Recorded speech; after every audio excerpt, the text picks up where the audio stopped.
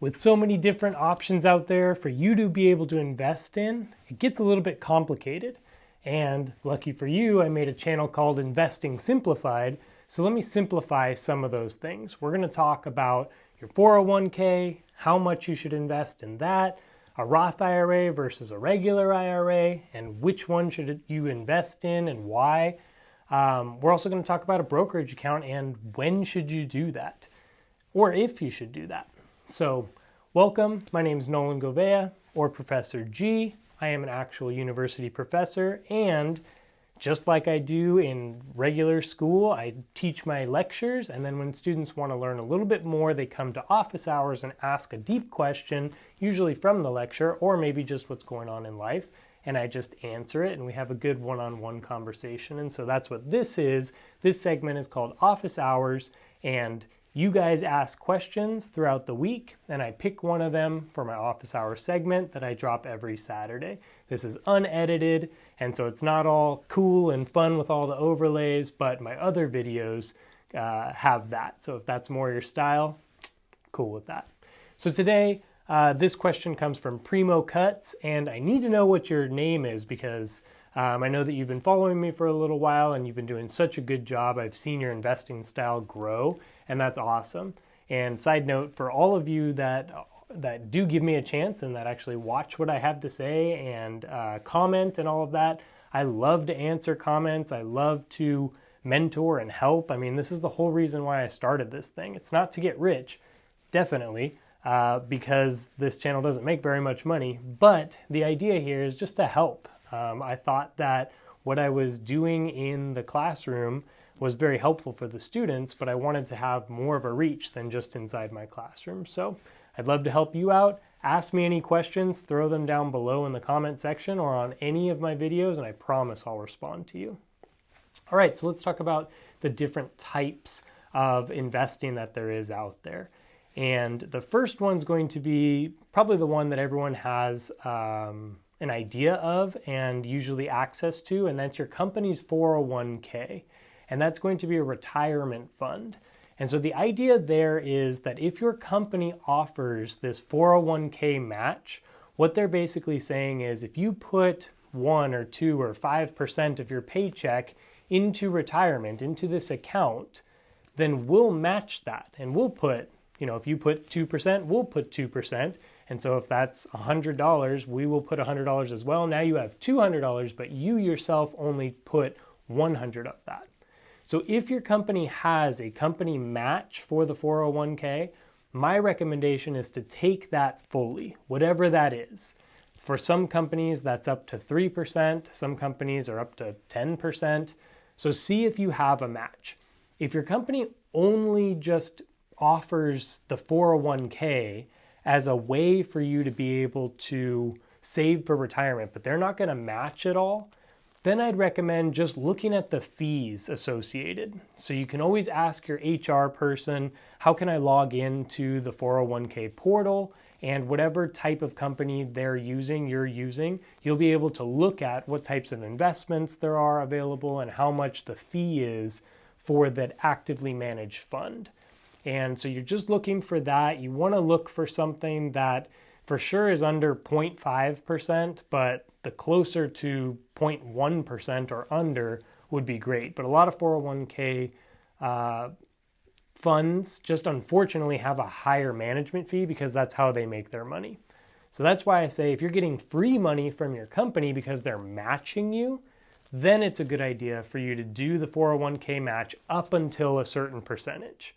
If they're not matching, or if you do go all the way to the match and you still have money left over from your paycheck that you would love to keep investing, I would recommend the next place to go would be your Roth IRA. And now a Roth IRA, the difference between a Roth IRA and a regular IRA is that a Roth IRA, your money is taxed up front. So it's the money that, like when you see your paycheck and you see you made $10,000 or whatever it is, that's a lot, geez. Let's say $2,000 you made in your paycheck, and the actual amount of money that you get to take home is like $1,500 because the government took $500. That means that you're already taxed up front. So now going into the Roth IRA, you're using that money that was already taxed up front, you're putting that into this retirement account, and then however much it grows, like say you put in $500 for the next 10 years every single month, that thing could grow to a couple $1,000,000 over the next 30 years, and you won't have to pay taxes on any of that extra gain. You won't have to pay taxes on anything ever, and it just grows tax-free. And then later on, when you're in retirement age and you're not working anymore, you can pull that money out, and now you have tax-free income. And so that's what a Roth IRA is. A regular IRA is kind of the opposite, where you take your money, and let's say you do still make a paycheck, and we have that same scenario. You made $2,000, but the government took $500, so now you have $1,500.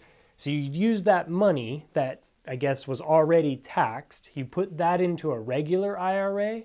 Then what happens is when you do your tax refund at the end of the year, say you put in $5,000 in total into that regular IRA, you now get to submit that $5,000 back to the government and say, look, I put this into an IRA, and so they will factor that in with your tax refund, and you'll get a higher tax refund that year. So it's really about, do you want the money, do you want more money now and maybe be taxed more later, or would you rather just be taxed now because you're already like feeling it, you're already being taxed, and not have any taxes later on in retirement age when things could be a little more volatile? For me personally, I recommend going into that Roth IRA because I think, actually I'm pretty sure that we are going to have higher taxes in the next 10 years, for sure in the next 20 years, due to all the inflation that we're seeing, due to that whole COVID pandemic, due to all of these things that are kind of shaky, and at some point we need to pay back this huge debt that we owe as a country, and the way they do that is through taxation. And so the higher that they bring that tax bracket up, the more that you're going to have to pay in taxes later on. So if we can use some type of vehicle that makes it so that you don't have to pay taxes at all, that seems like a pretty smart move. Now, the other reason why I say that you should, throw money into that Roth IRA, especially as soon as you can, is because at some point you might become such a high earner and you're making enough money or making too much money that you can't put money into a Roth IRA anymore. And so they just changed the number on this, and I should have that. And what I'm going to do is I'm going to go against what this whole office hours thing should be, and I'm going to put the actual numbers up right here because I forget them. But it's like if you make over $140,000, then you can't put money into a Roth IRA anymore because the government is saying you're making too much money, you're taking advantage of the system or something like that. But anyway, at some point you may be you might make too much money and you can't get that anymore per year.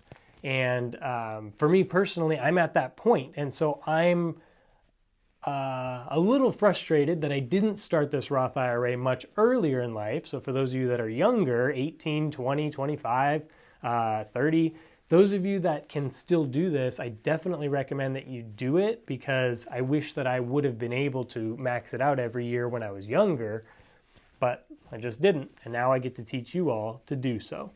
On another side note, if you're ever following somebody or talking with somebody and they're explaining how to get super rich because they're super rich and they're making all this money, and then they say they're putting money into their Roth IRA every year, that's kind of a red flag because you can only make a certain amount, right? So just be careful with that. There is a thing called a backdoor Roth IRA, and that's what the more rich people do, and that's something that I'm looking into. It's a little complicated, but I'll report back on that. Anyway, as far as picking the Roth IRA versus the regular IRA, it's really about what are you looking for in the future. And since this is a retirement account, you should understand if you think that taxes are going to be worse or better down the road. And that's really how you make your decision. The other really cool thing about a Roth IRA that a lot of people don't know is that when you put money into this account, even though it's a retirement account, you're putting after-tax money in there, so you've already been taxed.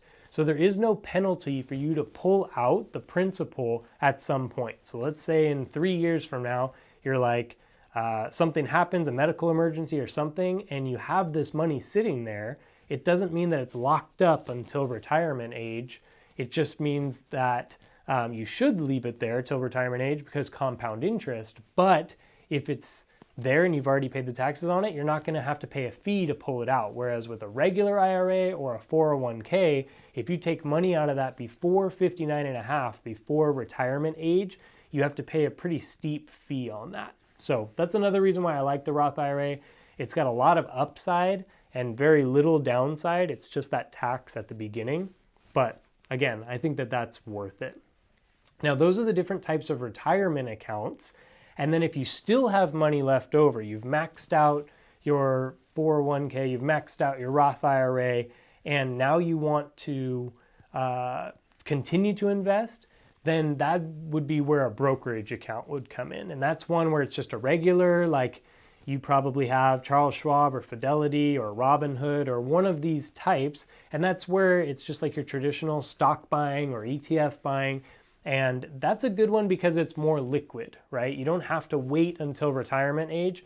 But the downside, I guess, of this is you don't get any tax benefits really because you're able to buy and sell at will. Now, I would recommend that anytime you buy stocks, cryptocurrency, anything, try to buy it with the idea that you're going to hold it for at least 1 year. Because if you buy a stock today and it goes up like $100 and next month you sell it, you're going to get hit with a pretty steep capital gains tax on the amount that you gained. But if you hold that same stock for over a year and it's gone up over $100, now that tax is almost half as much. And so you get rewarded for having an investment that's been in your investing portfolio for longer than a year.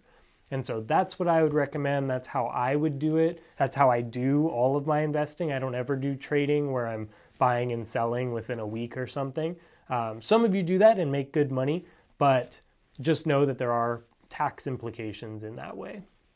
And so if I were to give advice as far as like how to set all of this up, I actually did make a video on what I would do if I was starting from investing from $0 and where exactly I would put my money, how much to save, how much to put into this account versus this account, and what to be thinking about. Because sometimes the problem is that we start thinking about something too late and we could have been working on it earlier. So if you're interested in learning exactly how to do that, this is one of my regular type videos where it's a little more fun with some overlays and edits and things. So I hope you like it. And please put a comment down in the comment section below of a question that I can answer for next week. Thanks, guys. Have a great day.